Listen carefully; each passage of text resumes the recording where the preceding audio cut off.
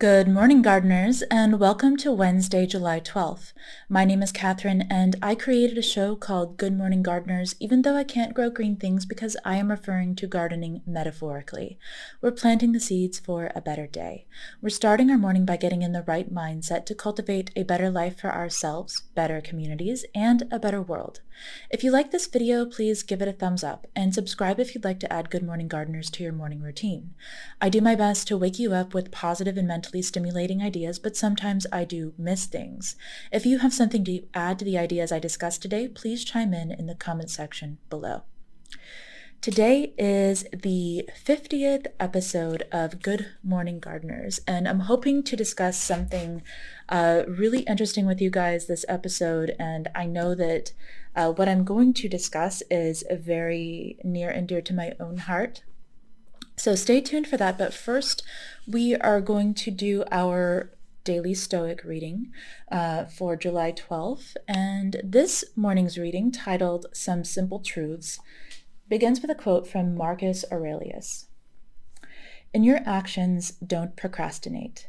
In your conversations, don't confuse. In your thoughts, don't wander. In your soul, don't be passive or aggressive. In your life, don't be all about business.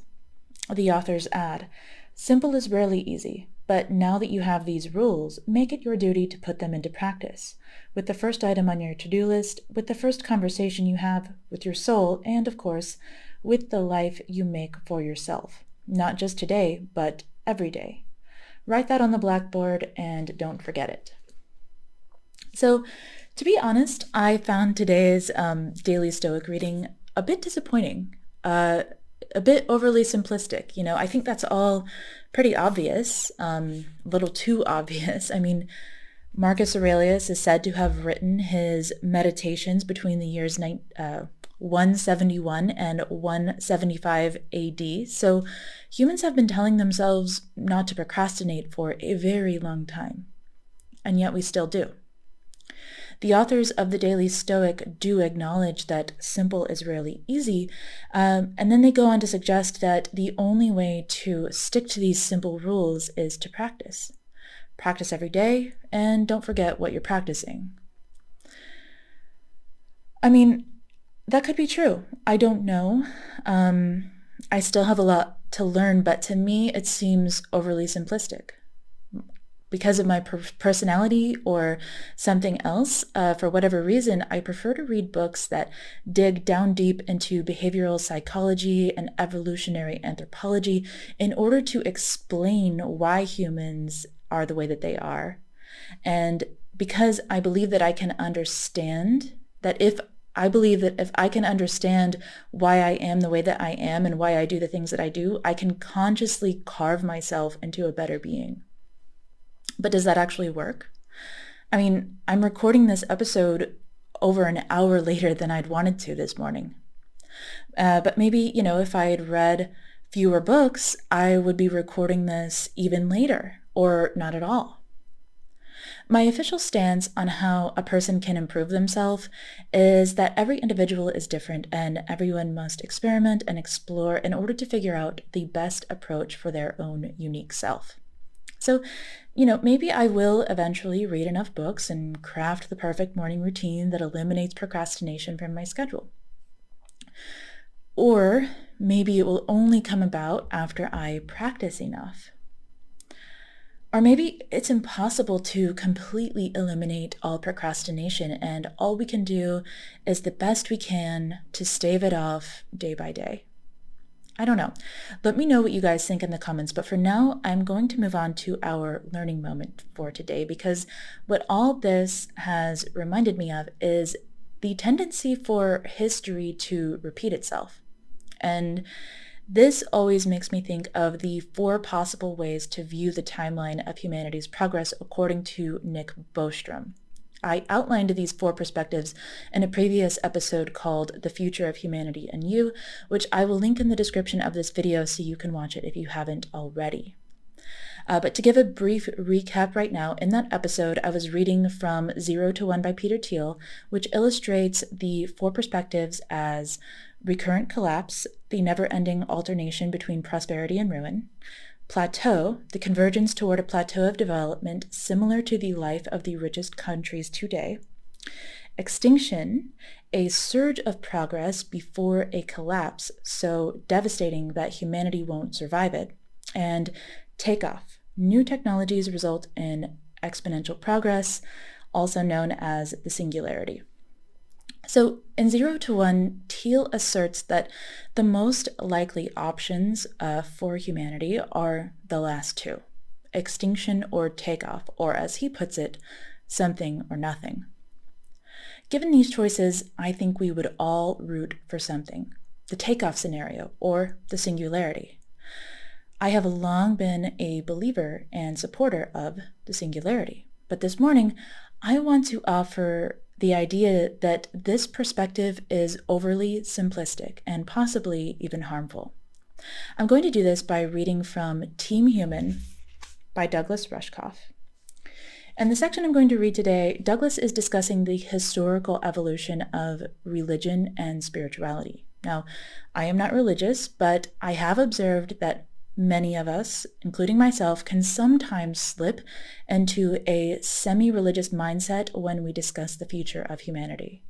The singularity becomes like a secular rapture that will beam us all up, and technology is the messiah that will usher in this new utopian period of life. So, let me find the page that I'm going to read from today. Okay. Douglas writes, "Unlike today, the vast majority of humankind's experience was spent understanding time as circular. Only recently did we adopt a more historical approach to time and a correspondingly more aggressive way of manifesting our spiritual destiny. That's the main difference between the spiritual systems that humans lived with for over many millennia and the infant religions that fueled colonialism in the last dozen or so centuries. In a cyclical understanding of time, the consequences of one's actions can never be externalized or avoided.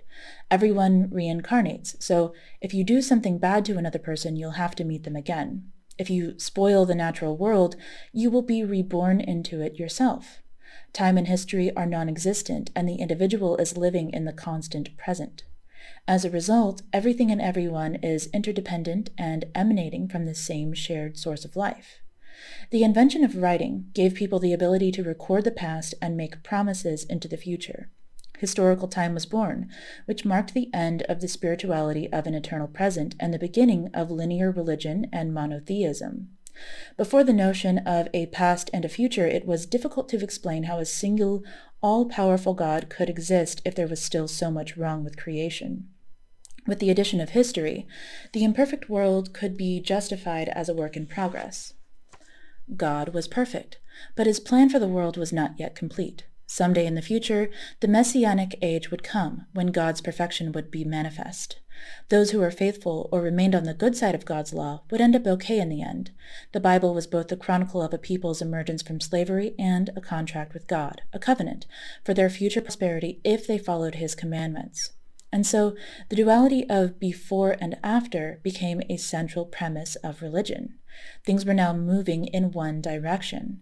Instead of the wholeness and possibility of a timeless, interconnected universe, the world of Scripture had a timeline and a destiny, at least for the faithful. The future was a work in progress for the people and their God. Tomorrow would be better than today. Reincarnation became obsolete. Only one Messiah needed to die for all to resurrect. When he comes back, the whole thing is over. This was now a story with a beginning, a middle, and an end. There were some positive repercussions to this more linear understanding of time. It provoked an entirely new approach to ethics and progress. We humans could make the world a better place and move toward greater justice. As recounted by biblical legend, once the ancient Israelites escaped from the stasis of slavery, they were liberated into a story of their own making. Moses and his brother-in-law immediately wrote the laws by which this new ethical people would live. Religion went from a set of timeless rituals to a directed behavioral code. On the other hand, Our focus on the future enabled our intended ends to justify almost any means. Inhumane disasters like the Crusades, as well as the progressive philosophies of Hegel and Marx, all depended on a teleological view of our world. At their best, these approaches elevate our commitment to ethics and social justice, but they also tend to divorce us from the present. We become able to do violence now for some supposedly higher cause and future payoff. We drive forward with our eyes on the horizon, ignoring the devastation we create in our wake. We clear forests permanently and extract coal, oil, and water that can't be replenished. We treat the planet and people as resources to be used up and thrown away. We enslave human beings to build luxury technologies and subject people in faraway places to pollution and poverty. Corporations dismiss these devastating side effects as externalities, the collateral damage of doing business falling entirely on people and places unacknowledged on their spreadsheets. A belief in reincarnation or karma would make it hard to engage in such inhumanity without some fear of repercussion. Nothing can be externalized because everything comes back around. With reincarnation expunged from religion, we don't have to worry about someday meeting the person we harmed today. By maintaining our belief in a divine intervention, we are more at liberty to destroy the natural world and await rescue from above. A circular understanding of time is incompatible with such extraordinary singular moments as an apocalypse. Everything just is and has always been. There's no such thing as progress, just seasons and cycles. In fact, a common tenet of many pre-Judaic religions is that human beings can't take a genuinely original action. Human activity is experienced instead as the endless repetition of archetypal gestures. Any action taken by a person, any object created, is significant only insofar as it resonates in a greater transcendent reality. Actions take on meaning because they reenact the divine. Every time people make love, they are reenacting the union of divine archetypes. Everything made or constructed is just an echo of the God's creativity. To those of us enmeshed in modernity, this may sound positively boring and devoid of purpose. There's no emphasis on progress. There's no originality, no authorship, no copyright, and no patents, no direction. But it's also entirely more sustainable than a unidirectional flow of natural resources into waste products, externalities that are supposed to be ignored until the end. Such a process runs counter to the regenerative principles of nature and existence. People used to believe in circles. They came to believe in lines. So hopefully you can understand why one could suggest that pinning all of our hopes on the takeoff scenario is harmful after listening to that. But as Douglas writes, adopting a circular perspective, or the model of recurrent collapse, feels boring and even pointless. If you're listening to this, you're very likely interested in progress, not only within yourself, but also for humanity. I believe that it is in our nature to make progress, so I would never suggest that we should return to the old or ancient ideologies that Douglas describes of life being a simple circle that doesn't include progress. And I actually think that Douglas Rushkoff would agree with me. And in this book, he gives us an alternative way to view the timeline of humanity's progress. He gives us this model while arguing that we are currently living in the midst of a renaissance, and I have discussed this renaissance with you in a previous episode, so if you're an avid listener, you might recognize some of what I am about to read. A renaissance is a retrieval of the old. Unlike revolution, it makes no claim on the new. A renaissance is, as the word suggests, a rebirth of old ideas in a new context. That may sound less radical than revolutionary upheaval, but it offers a better way to advance our deepest human values. The original Renaissance brought us from a flat world to one with perspective and depth. Our Renaissance potentially brings us from a world of objects to one of connections and patterns. The world can be understood as a fractal, where each piece reflects the whole. Nothing can be isolated or externalized since it's always part of the larger system. A renaissance does not mean a return to the past. We don't go back to the Middle Ages, bloodletting, feudalism, or sword fights in the street.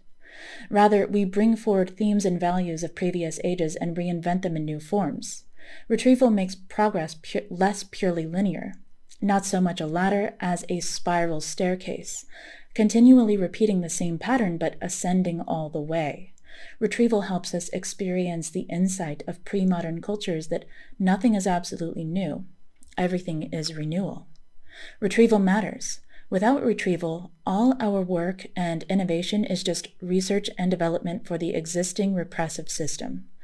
Tellingly, the commercial uses for a technology tend to emerge only after it has been around a while.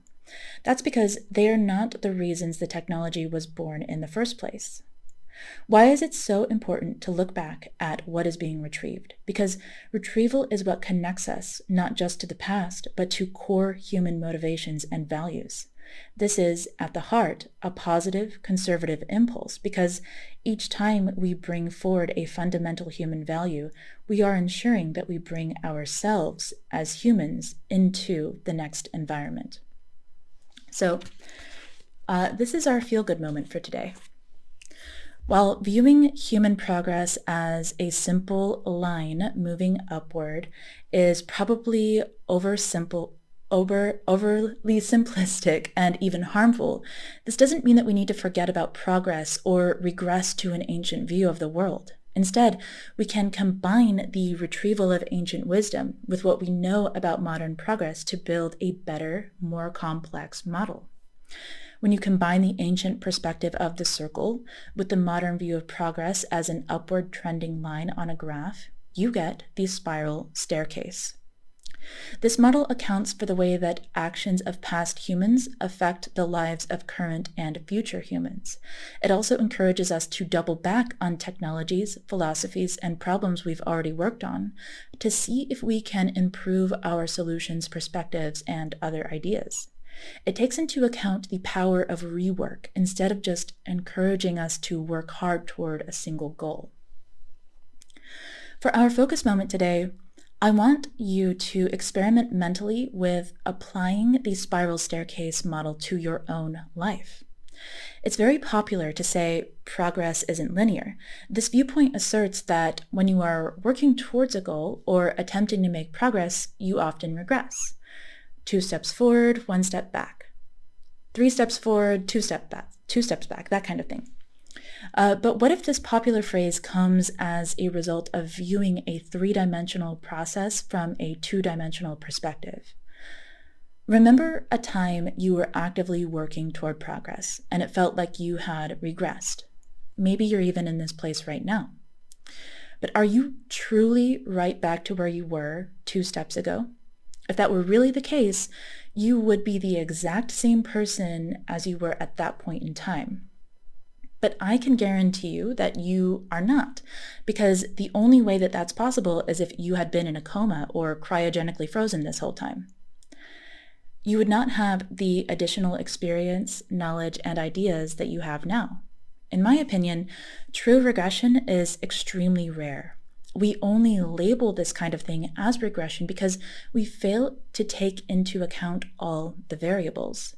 We fail to zoom out and see the full picture.